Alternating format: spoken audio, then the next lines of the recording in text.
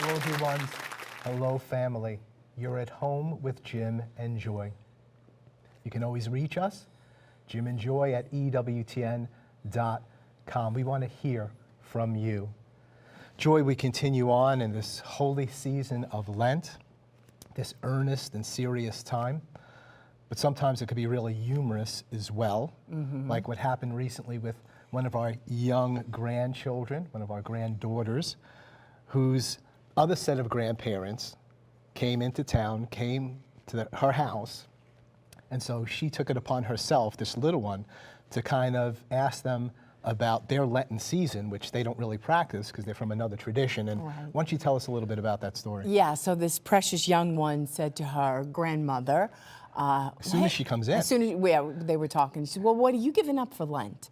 And she said, well, you know, I don't give anything up for Lent. And, you know, turned the conversation around. She said, well, what are you giving up for Lent? And so she said, I'm giving up orange juice. Okay, and she's 5. She said, you're giving up orange juice? Why did you pick orange juice? And she goes, because I don't like orange juice. Oh my gosh. So she said, you don't like orange juice? Like what was the sacrifice about? She goes, then I got ashes.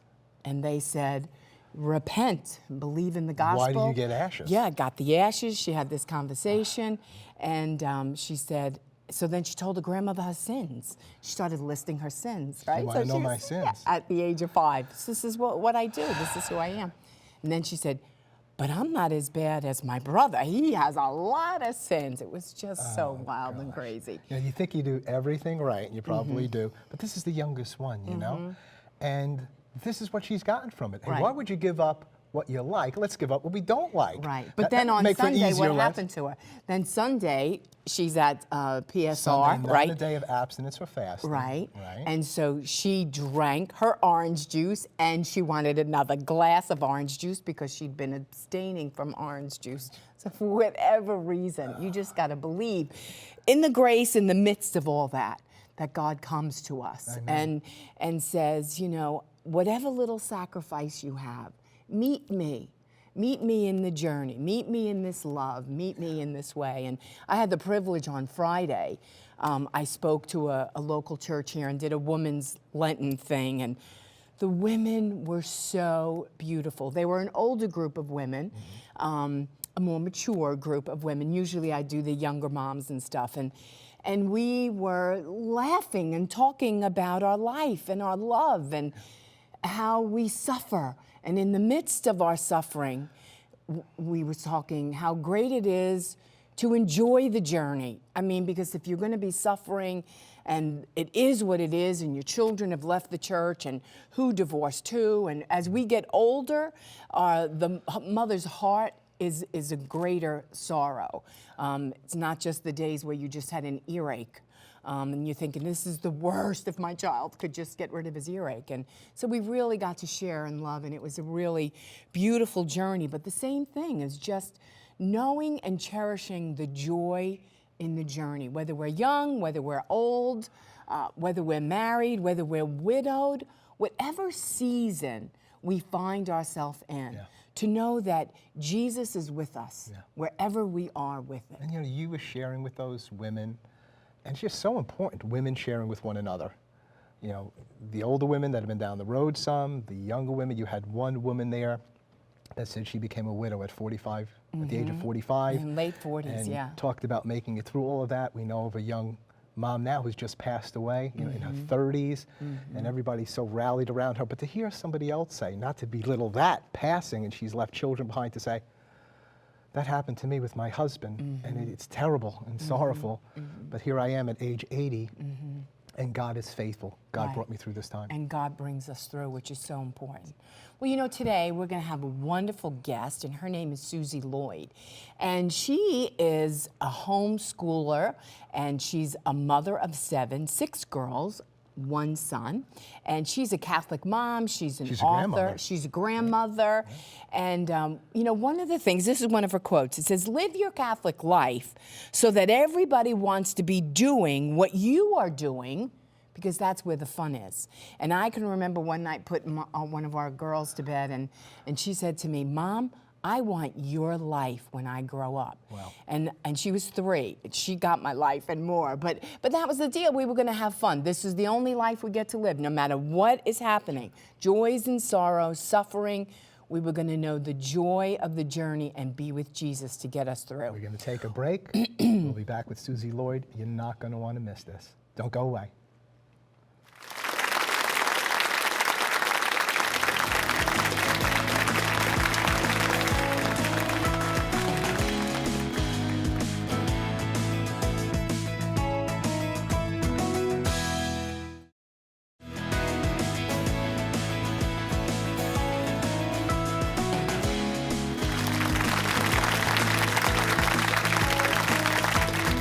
Welcome. Well, you're at home with Jim and Joy, and we're delighted to have you. And also, I wanted to mention about our new Mother Angelica mugs. You can get these at EWTNRC.com. Maybe you want to have a cup of coffee with Mother today. Sit down, so get one of these. Absolutely And lovely. it has on the back of the mug the first prayer as EWTN went out to the masses the first time, and it has the prayer that Mother prayed on the back of the mug. It's really powerful. They're lovely. And we drink a lot of coffee, and it's a good feeling mug. So It is. Well, today we're going to give you a good, happy feeling. We have a lovely lady. Her name is Susie Lloyd. She is a mom. She's an author. She's married 27 and a half years. She has 7 kids. 6 of them are daughters. The final one, the 7th child, the perfect child, came out to be the son. So, Susie, welcome to At Home with Jim and Joy. Thank you. Well, tell us a little bit about yourself, where you grew up. You came from a large family too, right? Yes, I did. But I have to tell you before we do that, because you led me into it, our little boy is my only child who was late, and he was born on his dad's 45th birthday. Oh my gosh, that's awesome. So there's his birthday present. There you go. Wow. Now, Forever. Greg's motto for years was, "Blessed am I among women." Bless his heart. But then he got his birthday. I've never been able to top that birthday present. I've tried. Yeah. Yeah. Well, we mentioned that That's awesome. Susie's an author and a blogger, but she's a humorist. And you can see this. This is going to get stronger and stronger as we're sharing in the back. And how important is it to see humor, in our lives, in our faith, with our family?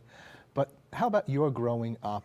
What was your family like, and where were you in the mix of the children? I'm the last. My parents were old and tired.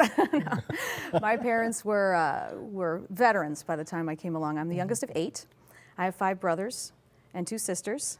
We had a very happy family, thank God, and a great set of parents who really went the extra distance to make sure that we were given a good formation in faith.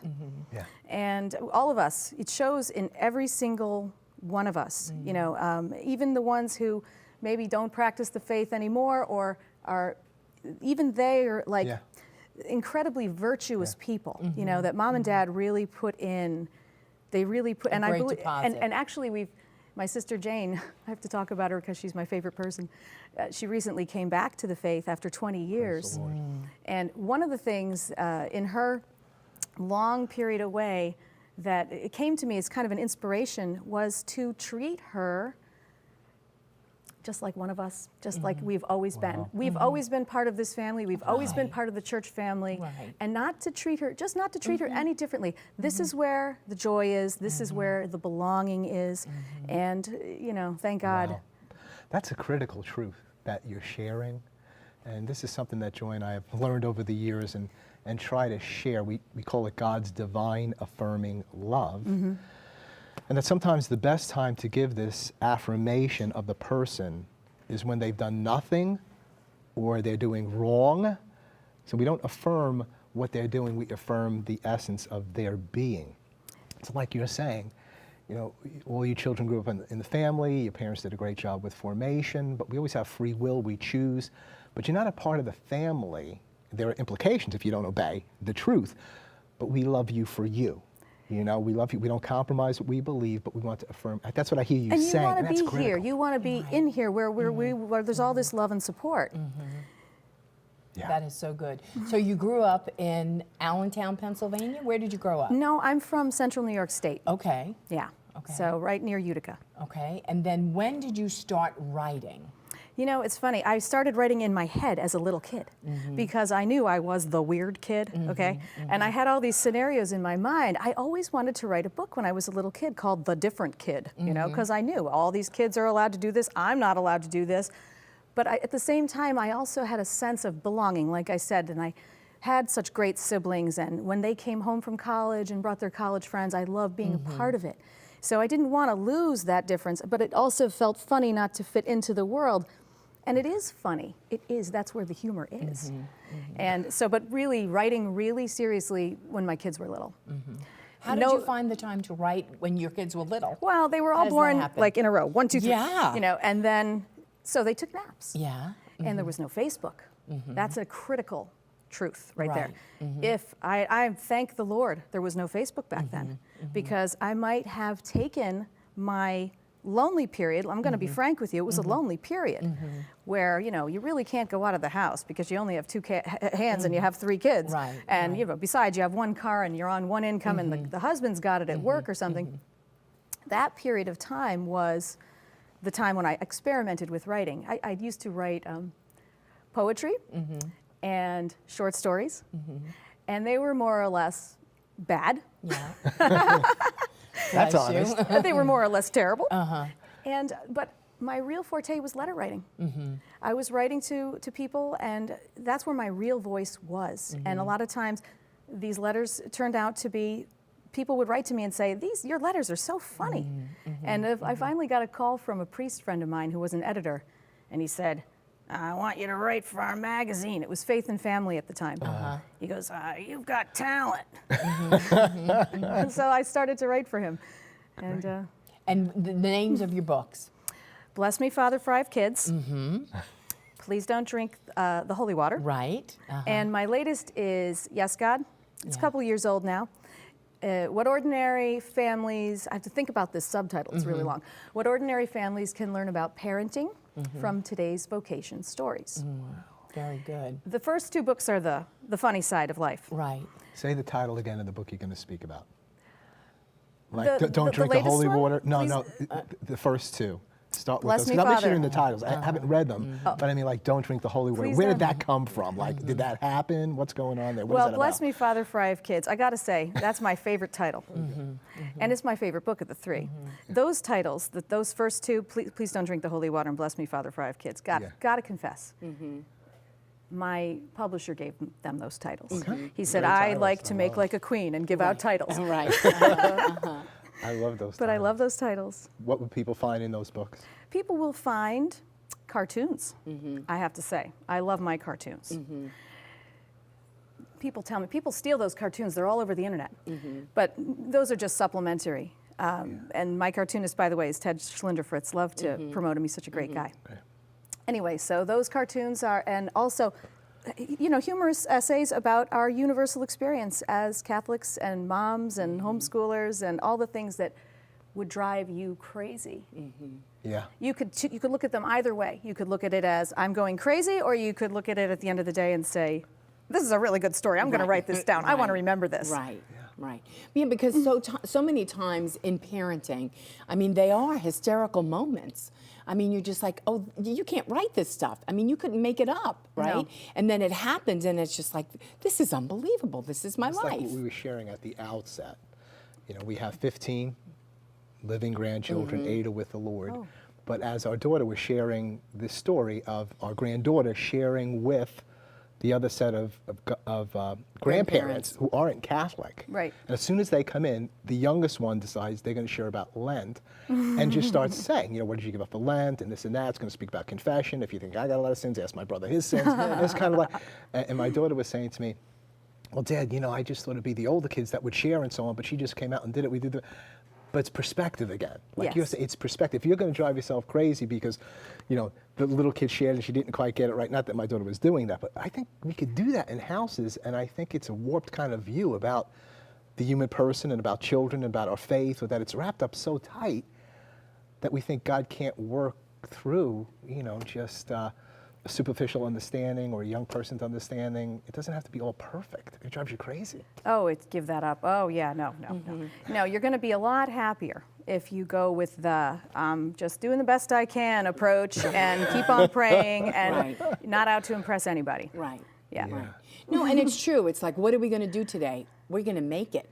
My goal is to make it. We're going to get up. We're going to talk about that, because you are a homeschooler, right? So it's not like everybody left the door at 8:30 and you were free all day long. You have something that you put after being a homeschooler. Does it say life or lifer or I'm a something? What does homeschool that mean? lifer. Well, I'm in 21 years here. Okay. Oh, a lifer. I'm a lifer. I didn't I'm in this for understand. life. I was thinking about that. This is an era. I'm doing the same thing that I was doing when my 26-year-old was a little kid. Right. Every morning, I would like to sound, I'm going to sound very organized, just please bear with me.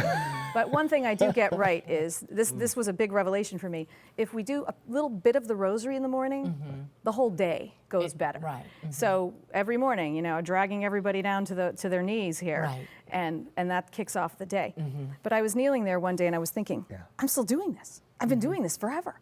How I'm going to just do When this? is this going to stop? Yeah. That's the I can remember when, for years we had 4 kids, and, we had the station wagon because we were older, and that was before vans were out there, so you did the station wagon. Our kids would sit backwards in Kids the would car sit looking at backwards. So other we did people. the station wagon, and then we did the van. And you do that you're just forever. And then it's just like, I want a car where I'm not hauling everybody. I just want a 4-door. Am I going to get there someday? Because you think I'm never going to get there. I'm always going to be in this monster truck. Yeah. Which I know. is so wonderful. I always tell young moms, I meet them at conferences all the time, and they've got lots of kids, and they don't go anywhere, and this is their big day off once a year. Right, They get right. let out. I always say, just hang on. You'll get a teenager. Your life will change. You'll go to the grocery store by yourself. Yeah. And you'll just count. You'll just say, this is it. This is living. But even yesterday, what we turned our children into, when they were 15 and everyone was driving, they became our personal shoppers. And so yesterday I was saying to Jim, I got to go to the store, I got to get this, I got to do that. And I said, where's my personal shopper? I mean, and really, and our kids were great, because they were like, I'll go to the store for you, right? They get to take your car, they get to do the list. It was really nice. Oh yeah, now it's just like, hey, look, on your way home from work, can you get? Yeah, it's so perfect. It really is wonderful. So I remember when we had 3 children under what? 2. Under 2. That was We had fun. a set of twins. I was a young man, and somehow I passed out on the floor. Not really passed, I was just exhausted, and went to sleep. And here are the twins, who look like little chicks or something. And I wake up and I look back, and they're sitting behind me, and they're chirping and screaming. And I looked there and I said, they're not leaving. I said, they're mine. I'm a lifer. right. And boy, the responsibility of that, and rearing them. And when you get the grandchildren too, I mean, they're not your children, but you begin praying the moment they're conceived, that you know about it. And you're praying, and you're concerned about the world, and I mean, it's like really incredible. So how do you keep perspective? You can get overwhelmed. It's such a responsibility. And how do you not lose your own person? You know what I'm saying? Especially for young moms, you can just get totally obliterated in it. So you do need to find outlets or ways to back up to find yourself sometimes, don't you? I am on, and I'm not the on kind of person. I'll tell you, my real ambition in life is to be a couch potato. I would like nothing better than to spend every day eating in front of the TV. But that is not my life. And so what I do is, this is not something I always did. I spent years doing the frenetic thing. Right. But what I don't even remember when I discovered this, maybe, of course, all the saints knew this, but I had to figure it out, Probably 6 or 7 years ago, I started to pray every morning before the family got up. Right. And just me and my coffee. I mean, I'm Right. really not on my knees, Right. flogging myself or anything. Right. I'm just sitting there with my coffee, saying good morning to God, and opening up my Baltimore Book of Prayers and Right. reading the morning prayers of the day, and just asking for the grace for everyone that is on my mind, because as you said, you pray for your grandchildren or your adult children. Right. Your adult children need you Right. too in other ways. They need you to listen to their Everybody issues. needs you. Everybody is always needing you. Right. And it's a good place to be in, is, Yeah. you know, if you can keep on giving. But you Yeah. you have to be able to receive first before you can give. That's right. You got to make sure your tank is full. Yes. Well, we are going to take a break, and then we come back. We'll have more with precious Susie Lloyd. So don't go away. We'll be right back. You're at home with Jim and Joy. We'll be right back.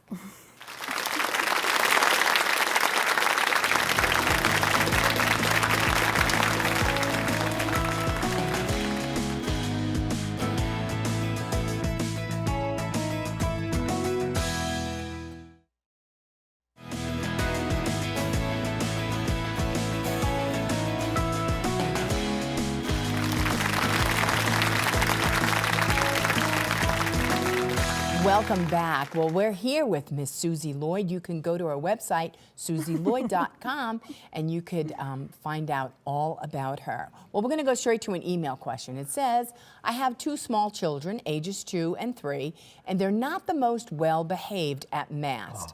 I'm so embarrassed. Sometimes I feel like I can't take them to Mass with me because they can't sit still and they have trouble understanding what's happening. How can I fix this so I'm not keeping them away from Mass? And this is from Hannah. Mother's nightmare, Oh, well, right? I obviously have that answer. Right. Aren't your children perfectly behaved? Well, I have to say, to be honest with you, the first 6 weren't all that bad. And I thought I had something going on until I had a boy. And then I discovered that they're kind of They different. don't sit. So there goes that little ego. Yeah. Yeah, you know, it's tough too because in my position, we like to attend the extraordinary form. Very quiet. Yeah. Everybody wants their Mass to be a certain way. Right. Okay, so the congregation, sometimes some places you go can be kind of stiff. And here's another thing, you only get one a lot of times. So there's no, oh, I'll go to the 8 and you go to the 11. That's right. It's Like, this is everybody's it. got to go to the same Mass. And it can be very tough. So I would say, even though I can't tell you magically how to get them to behave, our kids all started to behave more or less by the time they were 3. So I can't, 2 is just 2, and it's just one of those things. But I would say that the people in the congregation should make an attempt to help the parents with their children. Instead of being like, Right. your child is disturbing my Mass. They should, I've seen it done at this Latin Mass we go to. It's beautiful to see an older woman come to the back of the church, help that young mom who's having her 6th child, her husband's in the choir, help her go to communion. Help carry those kids. Right. We're a community. Let's not condemn somebody for obeying the teachings of the church and for having children and for embracing life. Let's assist them. You know, suffer the little children. Right. It's nowhere written you have to have everything your way. It's written suffer the little children though. Yeah. Yeah. What would you recommend for someone who's observing a family, a large family, and wants to offer some assistance if it's needed? How would they go? How would they approach that without saying, "Do you need some?" You know, Right. like, I don't want you to think you're doing a bad job here or something. How would I, you know, or a woman? How would you go about it so that you're not offensive to I the think person? I would introduce myself and say, hello, your family's beautiful, I think you're great, and get to know the person, and then say, you know, anytime I can Yeah. help you, let me know. You know, anytime, I'll be happy to stand there in the back with you, or you could go sit during the sermon or something. I'll be happy to, let me help you Right. out so you can have a little prayer time, something like that. That's Right. good. And most churches have now the cry room, right? And so everyone, the mothers are crying, Purgatory. everyone is crying. I mean, it's really, and it's really difficult. And you know, I mean, our daughters go through that, and you're just like, my church becomes monumental. You know, just trying to get to church and to sit down and be there. But what we were sharing about quiet time and that personal place and space where you go with the Lord. What advice would you have for young moms that are out there? Keeping that a sacred Keeping space, that- a place if you can. Making that happen. Well, in our house, you know, for me, it was always getting up earlier, Right. but that's tough with little kids because little kids love to get up in the morning. Right. When they're 14, forget it. They're all, you know, you got to Yeah. drag them out of bed. But when they're 4, they're Right. right at your side, first thing. And, And they're there to pray too. they're there to pray too. And in a way, I'd never really minded that. You can gather them on your lap. I remember my little boy with his cars and his blanket and just smoothing it all. And now he's too old for that. And so you have a little time. Yeah. You only have a little window where they do that. They're not going to sit on your lap when they're 14 with their cars anymore. So, that could be part of your prayer. Yeah. In fact, St. Francis de Sales says that you should expect the things that are going to go wrong during the day. So here you are making your prayer, but you're also making a kind of a preemptive, you're figuring out what's going to go wrong probably during your day and getting that into your head so that you can brace yourself for it. Right. And so I tell people when I give talks at conferences, get interrupted on your to-do list. Right. Just put it right there as a thing you're going to do today. That's right. Right. And it's going to be okay because it's part of your calling. It's part of your daily duties is to Right. get interrupted that way. Right. But I have to say, my husband, talk Yeah. about the kids. My husband loves to be with me, and he's very interested in doing whatever I'm doing. So I did have kind of him coming in the room and like, I'm not going to interrupt anything. Yeah. Do you need any coffee? Yeah, Then he'd right. come back in again. Is it cold in here? He'd keep like 20 times he'd come in. Can I do anything for it? I'm not going to interrupt. I'm not going to. Yeah, yeah. Are you sure you don't need anything? So Yeah. I did have to say to him, Let me be. Yeah, I just need one thing, okay? It's just Jesus I'm coming here for. No, I mean, we did that with our children, and it is a sacrifice, especially when you have young kids and you've been up in the middle of the night with them. But I would get up, and it would be like 5 o'clock or 5:30. You get up before they got there, and I'd go to a quiet place. And the one house where we lived, it was in the recliner, and I'd sit there, and the kids knew. Like, Mom was there, and Jim was so kind. He would protect that time, like let your mom get what she needs, so that, because she's gonna, and it's like once I get up from here, the draw on me all day is gonna be what it is. Yeah. Another email, babe. Which is a lot. Okay, so we're going to go straight to this other email. It says, homeschooling seems like such a far-fetched fantasy for me. I imagine my children all sitting around the table working on their studies. No one is fighting, the house is clean, and everything is perfect. But I know that would never happen with my kids. Are there some kids who just aren't cut out for homeschooling? Rather, are there some parents who just aren't cut out for it? And this is Diana from Texas. That's a tough question. I think there are different options for schooling, and not everything has to be homeschooling. My daughter, for instance, teaches at a wonderful little Catholic school in Connecticut. And I say to her, you are doing the Lord's work because it is not easy to homeschool. It is, I'm in it for 21 years, and I have definitely, especially if you're having another baby, Right. or if you're in some kind of other financial crisis or something, or even just find too many children to educate, or they get to high school and you don't know math or whatever it is. It's not easy, and it's a year by year, case by case thing. Right. And so I always, my latest thing. It took me 20 years to figure this out. I wrote an article about it. It's on my website. Check it out. And it's called Homeschooling is Your Second Job. So you have to realize when you take on homeschooling that it's not motherhood to an exponential degree. It's not one of motherhood's normal duties. There are plenty of those already. It is a second job. And for it to succeed, everybody has to be on board with it. Everybody has to adjust expectations. So the husband, I've been very blessed with my husband. He's not a picky eater. Soup again. Stew yet again, made out of, I have no recipes, whatever I have in the fridge. Right. And seriously, Chili I have no again? idea like what I'm making. Yeah. But it's, and he's also not, the house, I will say, I do not let the house get terrible because I crave order myself, but I don't have everything, color coded or anything. I do have friends who are like that, but no. But I have to have a certain kind of, cleanliness and order myself. But yeah, adjust expectations. It has to be, it's a whole lifestyle. Right. So, And we've had friends who've done homeschooling, and it's even, they base it even on that child and even what that child might need that year. Yes. You know what I mean? So it's not like you start, once you do it, then you're doing that forever. Right. It really is. You really have to be, interested and know what's going on and what's best for the need of each child. And that is one thing homeschooling gets you, actually, I think. At least it's been my experience, where you do know your children really well and you have a huge connection with them. So you are able to say, okay, I think you need this adjustment or that change, and you can roll with it. Yeah, that's great. And your children, so they're grown, are any of them homeschooling, or are they doing other things? Well, we're not there yet. Right. We have one married daughter, and she has 2 children with her wonderful husband. And so they're very little. Yeah. They're just 2 and 8 months. Okay. They're not ready for it. Yeah. But I have said, to my daughter, I don't want to homeschool your children, okay? Are we on the same page with that? Because I'm still, her mother-in-law, she's a really great homeschooler. And let me tell you, she would do it in a heartbeat. She would love to do it. She'd be great at it. Yeah. Yeah, but it's good that you're honest. I mean, and who knows, though?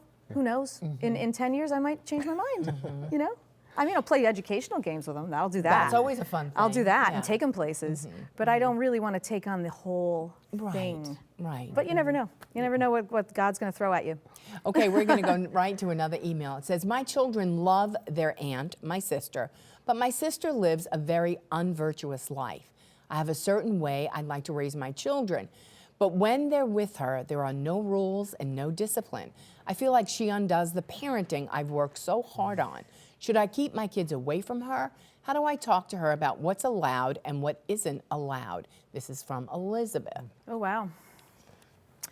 I wouldn't keep them away from her if they love her.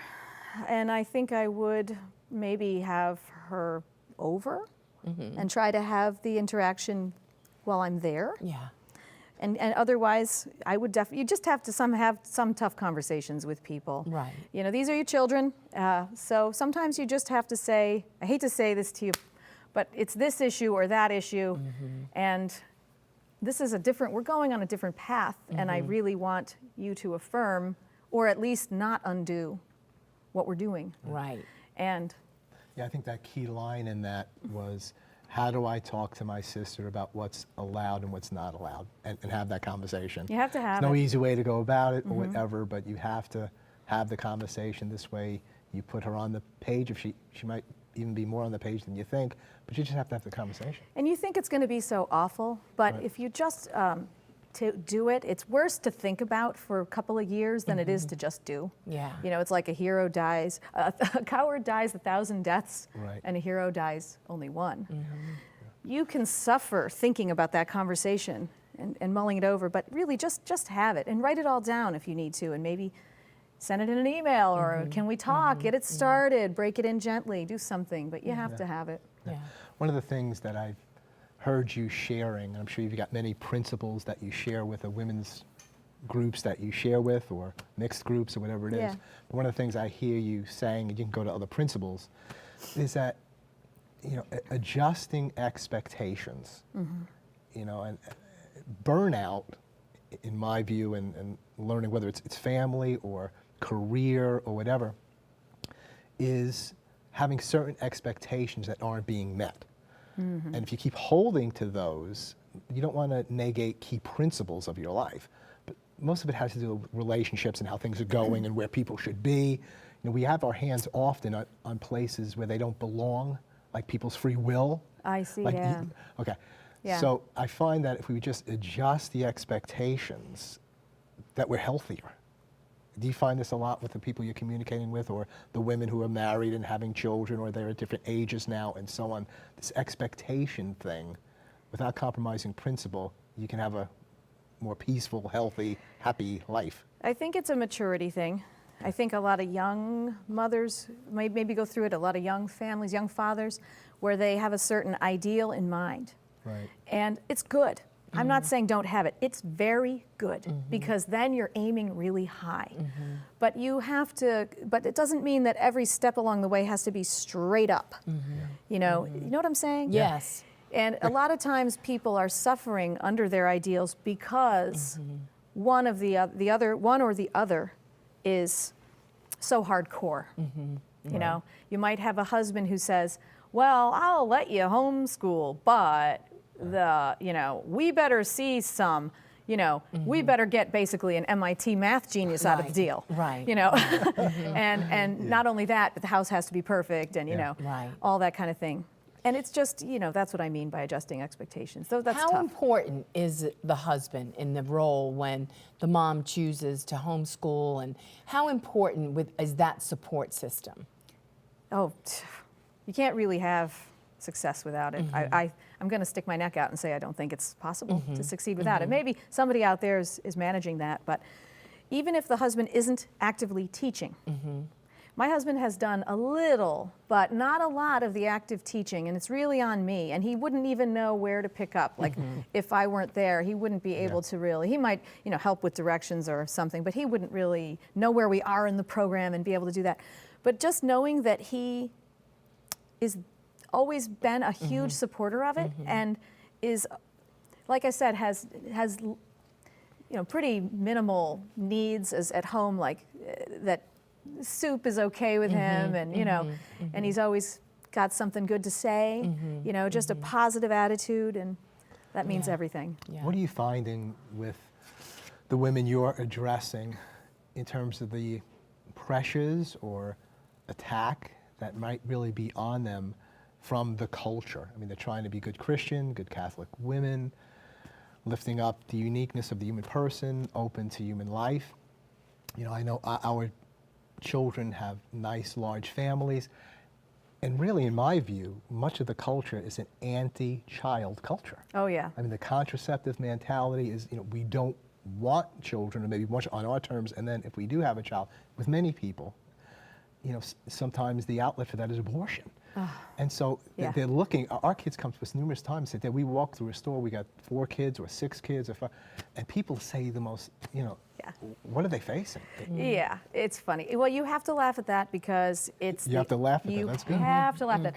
I've been called crazy, okay? So I was at the library one time and I was out to here with number 5, I think. And the other kids were still pretty little. Sure. And this guy steps out from behind the bookcases and he goes, crazy. Right. And it's like, okay, you want to see crazy? Sweetie, go get the gun out of mommy's diaper bag. You got to do it because you can't let them in. Wow. Right. And you know what else? This is not just, you think the pressure is just from out there, but it's not. Some of the pressure is in here, where you think, I could have been this, I could have done that, and I'm here doing this, and is it really going anywhere? And it's just something you have to have a lot of patience with. And you have to be able to, what helps is to see the other side, is to see people with teenagers who are doing the same thing, and those teenagers are like the best teenagers you've ever seen. Or young adults, you say, okay, this is the track I want to be on. I want to be like these people. Wow. And because you're believing, when you're in it, you're believing that you are going to get those results. And then when you see it, you go, that's what we're shooting for. This is going to be okay. And I'm always asking, okay, what'd you do? Right. That's the basis of my third book. What'd you do? What'd you do? I want to, I want to know, I want to copy. What'd you do what'd right? you do wrong? So that you can learn from that too, right? Well, we're going to take another quick break, and when we come back, we'll have more with Susie. So don't go away. We'll be right back.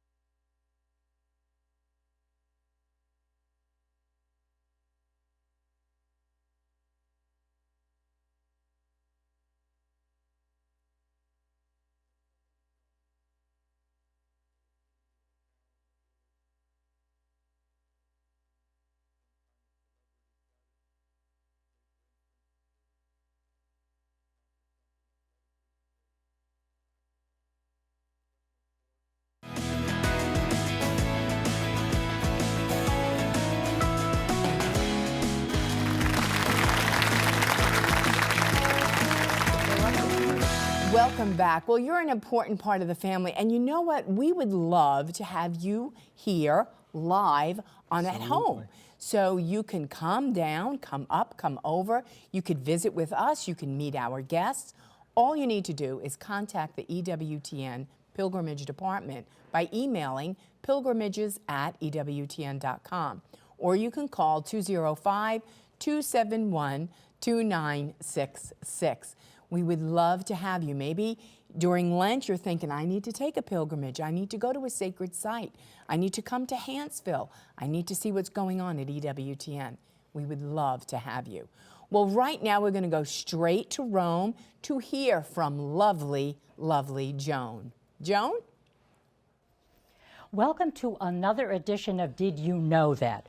My question this week is, did you know that one of the least known but the most amazing institutions in Vatican City is its very celebrated mosaic studio, where only a handful of the world's finest artists check out the mosaics in the Vatican Basilica, execute works on commission for people, and very often put mosaics in other churches in the world.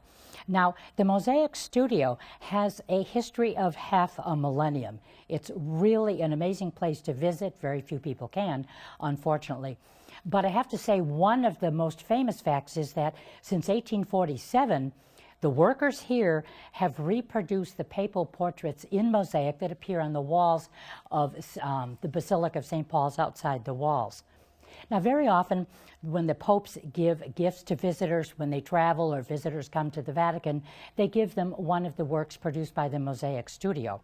And two of the favorite works are a reproduction of the Christ in the niche of the palliums in the Vatican grottos, and also the image so loved by Romans of Salus Populi Romani. And as I said earlier, one of the main things is for these workers to execute and sometimes restore mosaics. There's 10,000 square feet of mosaics in St. Peter's Basilica. Now, the studio's pride is something called smalti filati, and these are hair-like filaments that are created when one of your sticks of enamel is exposed to intense heat. And one time when I visited the factory, I saw a worker make the eyelashes of a virgin, an image of the Virgin. It was absolutely beautiful. And this technique uses some of, listen to this, some of the 28,000 colors that are all arranged in shades in an immense series of drawers in the Mosaic Studio. And of course, with this, you can create eyes, eyelashes, folds in garments, hair, the petals of a flower, the veins of a butterfly. It's a beautiful technique. You can have paintings made too out of mosaics, but they're kind of pricey. Anyway, come and visit some of the works for sale in the stores here. Back to you at home. Thank you, Joan. She's just full of so much information and things happening there in Rome. It's been such a delight to share with you and so many insights that the Lord has given to you, so much communication, especially with women. And what do you hope that people who encounter you, your teaching, your way, come away with? What's your key kind of message or theme? It's funny, you know, I really have never thought to sum it up before, and I used to think it was, you are not alone, and hang in there, and we're all in this. But you know, it came to me that what I'm doing with my books and anything I'm writing is, it has to have a sense of fun. And it's not just because I just love to write things that are fun, it's because it is fun. And the Catholic life is exciting, and there's a lot of joy. All those people that you know, say you have a large family, all those people that people criticized you when they were in there, now they're all surrounding you, like olive plants around your table. And your table is fun, and people love to be with you in your house. And that's where the party is. And so I would say that's my message, is to live your Catholic life so that other people can come in and want to be part of it, and can see it and see the beauty of it, not because you're some model and so virtuous or anything like that, but because the Catholic life, the Catholic culture is healthy and it's joyful. I had a neighbor, I'll just tell you this. it's kind of a sad story, but it makes the point. Next door to us, when we lived in Allentown, right abutting our yard, was another house, and there was a fence in between. The houses were close together. And this woman's, you know, they had lived together before they were married, and they got married, but it wasn't a very happy marriage. And the guy really just kind of wanted to stay a bachelor, basically. And the wife had a different, you know, she had a different ideal. Yeah.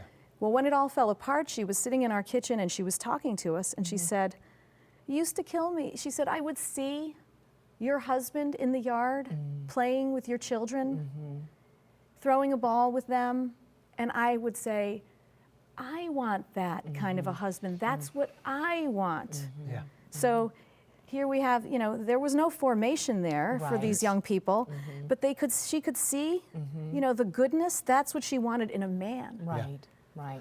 And that's the presence of a credible witness. I mean, he wasn't even aware of his, well, just being and just doing and just being in your marriage and going to the grocery store, and people watch you for years. You encountered that the other day, where a woman was moving out of our community, and she came up to you and say what she said, and you were just out running. And I've been running and jogging in our community for 35 years. So there are people who, when they were little children, have seen me do this. And by the way, our community is probably 95% African American. Okay. So they see this white guy jogging around for years. So I had two young women. One just pulled up in the car, and she was going to get into the driveway, but the windows were shut. And then she just pulled down the window and just looked at me with this thrill to see me in all purity. And she said, "Hi, how you doing? How's your day?" And she's like, she was just so glad to see me. She was a little girl growing up. She sees this guy running around. recognized you. And this other one said, Yeah. "Mr. Pinto, can I speak to you for a minute? You don't know me, but," she says, "you know, I'm leaving our community, and I'm going to be moving in with my mom. I have some health issues. And also I feel like this is going to be best for my kids. And I just want you to know, I'm just sharing with somebody, one of the things I'm going to miss is Mr. Pinto running through the town of Fairfield here." And it was that kind of thing. I had another guy that came down just the other day and said, and I say hi, these are people I wave to. and we pray around the community as we're walking around our town. This guy came down and he said, "How many grandchildren do you have?" Yeah. So I said, "I have 15 living grandchildren and 8 with the Lord." And he says, "I have 4, you know, children, and they're all grown. I don't have any grandchildren." Right. He says, "What's wrong? What's happening? What do I need to see?" He says, "I want that granddaughter." It's that kind of thing. Right. You know, you're not walking around it's- saying, "I want to influence everybody's Right. life." You're just kind Right. of going about living your life, and I like what I do. Yes. It's that kind of Yes, thing. you know, when my mother my mother died 25 years ago. And when my mother died, we had a neighbor visit us. And, you know, the neighbors are so kind when someone dies, and they bring food. And this man brought a cake. He was always a kind neighbor. And he said to us, "I had one child and one on the way. And my brother had one child. That's it." And he said to both of us, non-religious man, "Have more children." He said, "I had 2 children. They are far, far away, and my wife is dead, and I'm alone." Yeah.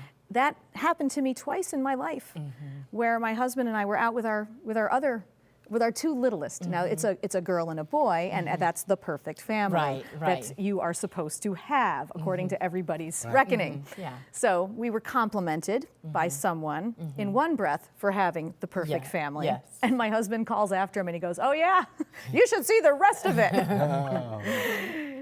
But this other man who was sitting by himself at a restaurant, he turned and he said the same thing. Have more children. Right.